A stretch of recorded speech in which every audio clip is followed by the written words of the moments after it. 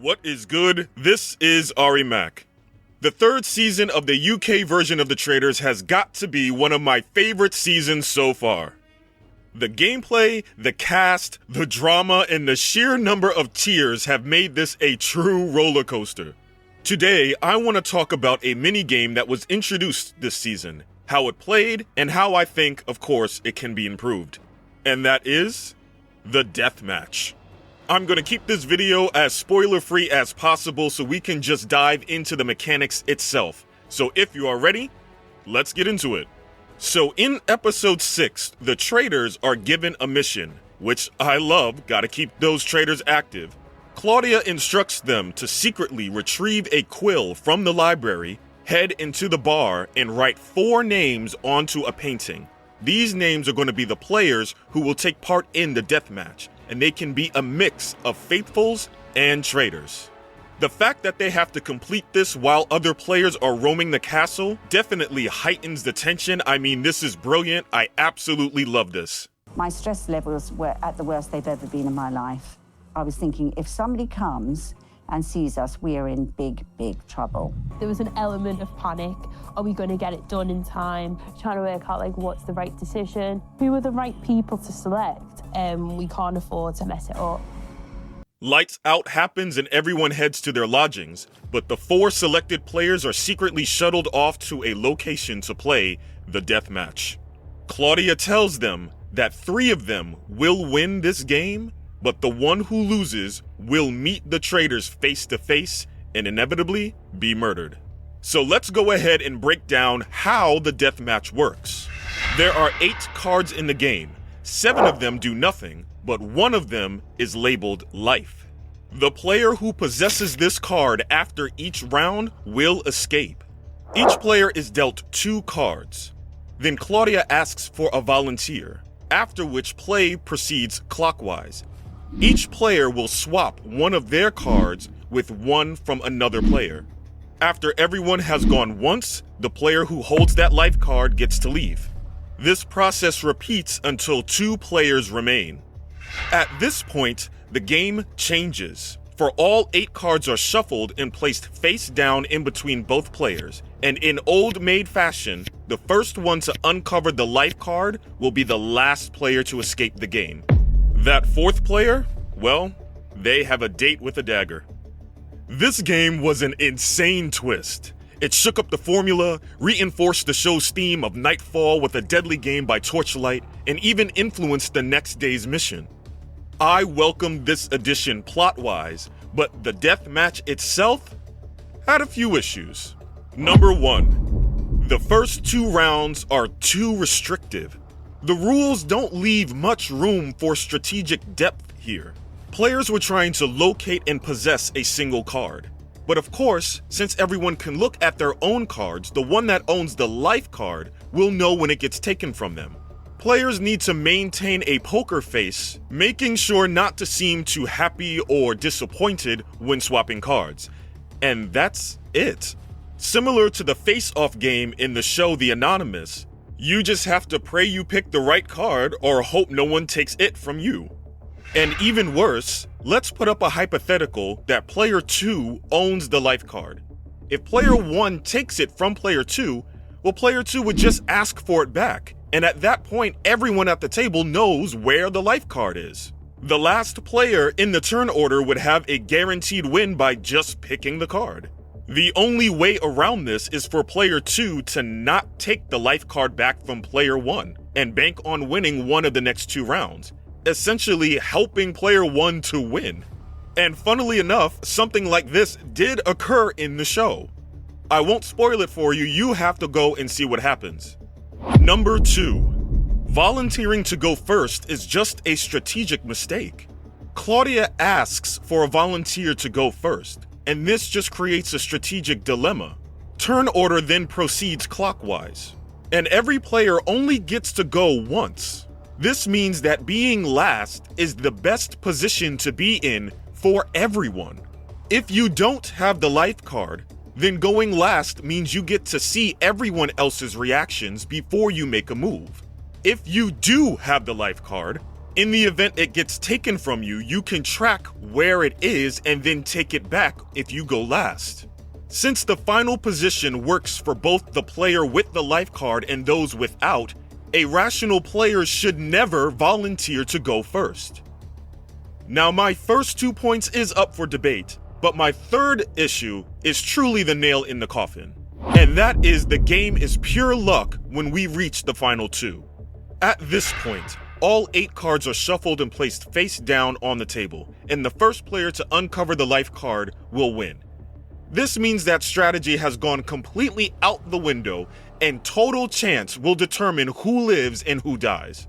And once again, probability dictates that going first is just the wrong move. Player 1 will have a 1 out of 8 chance of uncovering the card, where player 2 will have a 1 out of 7.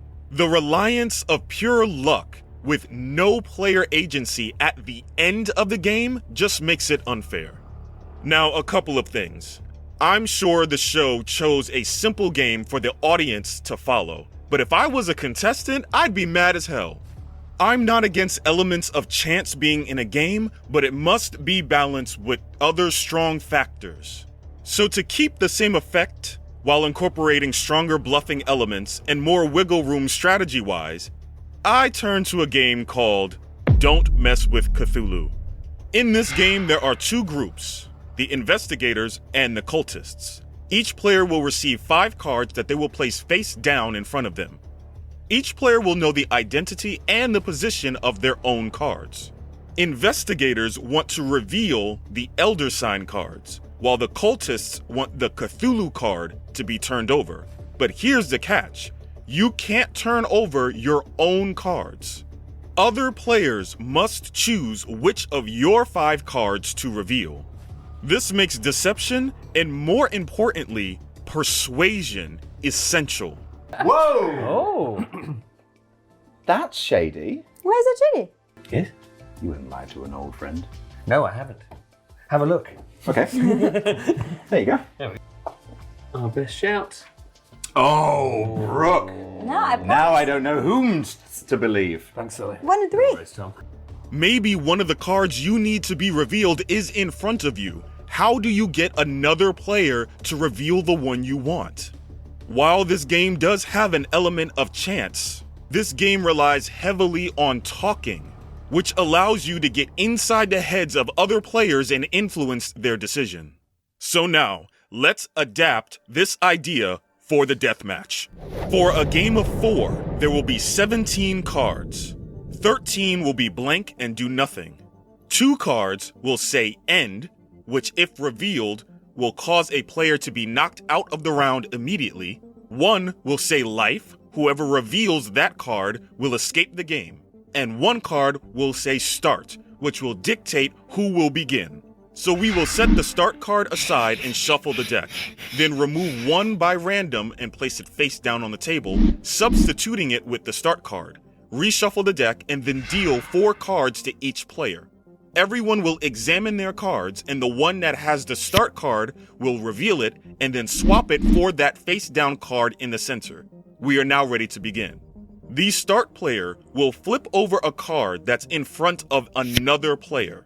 If the card is blank, the player that they chose from will become the new chooser and will reveal a card that's in front of one of the other 3 players. If a player reveals the life card, the round ends and that player gets to escape the game. Now, if a player flips over an end card, that player is knocked out for this round.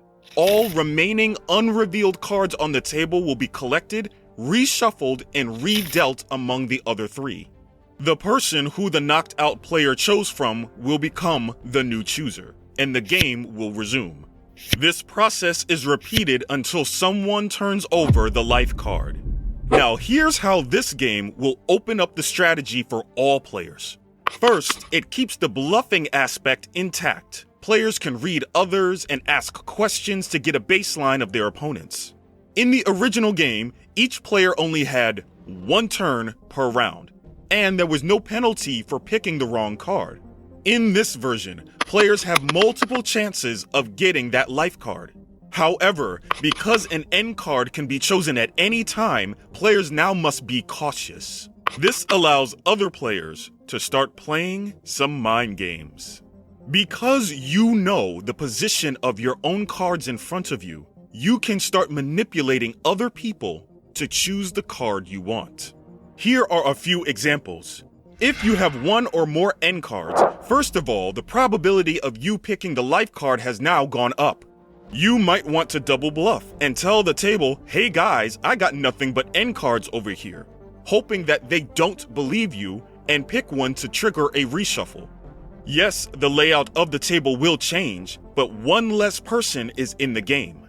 If you are the one to hold the life card, you must truly bluff and get people to believe that you don't have it or you do have an end card. Meanwhile, you need to run out the clock revealing blank cards, hoping that someone else picks an end card to trigger a reshuffle. You can't flip over that life card while it's in front of you. And if you own the life card and an end card, you must seriously do some manipulating. You need someone else to pick an end card from someone else's hand or from your hand while avoiding the life card. This will trigger a reshuffle, once again getting that life card out of your hand so you can pick it from someone else's. As you can see, in this version, owning the life card is not an advantage. You must manipulate other people into making a mistake so you can turn it over. And this just aligns perfectly with the cutthroat and psychological nature of the traitors as a whole. In the original version, the optimal strategy worked for all players, whether you own the life card or not, which makes the gameplay static. In this version, there are many different strategies one can employ. Now let's talk about what this will do for the final 2 players left in the game. Whether from knockouts or from other players receiving the life card to escape, when there are 2 players left, it will shift to a head-to-head battle. By this point, both end cards will be out. We will add as many blank cards back into the deck to make 14. We will deal 5 cards to each player, but also deal 4 cards in the center. Players are still allowed to look at their own set of cards. The hunt for the life card will begin, and players can choose from either the center or their opponent's hand, but you still cannot flip over the cards from your own. Here, the bluffing aspect is still relevant alongside the chance element. Because you can pick from the center or another player, you don't know exactly where the life card is if you don't own it. But if you do own the life card, the only way you can win is if all the other cards on the table have been revealed. This allows manipulation to be a strategy to the bitter end, Sherlock style. Was I right? I was, wasn't I? Did I get it right? Alright, let's just clip some loose ends just to make this a complete game. If someone chooses an end card, triggering a reshuffle, there is a possibility for the redeal to be unequal. To fix this, just simply add some previously revealed blank cards to make the total even. When the first person wins the game and leaves, there are 3 players remaining. At this point, just remove one of the end cards, and the rest of the deck will be 15 cards plus the start card. Do the process as we talked about in the beginning, and now the 3 contestants will receive 5 cards each instead of 4. And that, guys, is my version of the deathmatch. It keeps the spirit of the original while cranking up the strategy. It gives players more chances to win, and keeps things as cutthroat as ever. And let's be real. If you lose 3 times in a row after this, you definitely deserve the Traitor's letter. That is all I have for you today. As always, like, share, subscribe, all that good stuff, and hit up those comments with your ideas as well. I'd love to see more dilemmas like this in this show, because as always, in these social deduction shows, the best mini games give players choice. So yeah, I want to see more of this. Make it happen. This has been Ari Mack for the Ari Hour. I'll talk to y'all soon.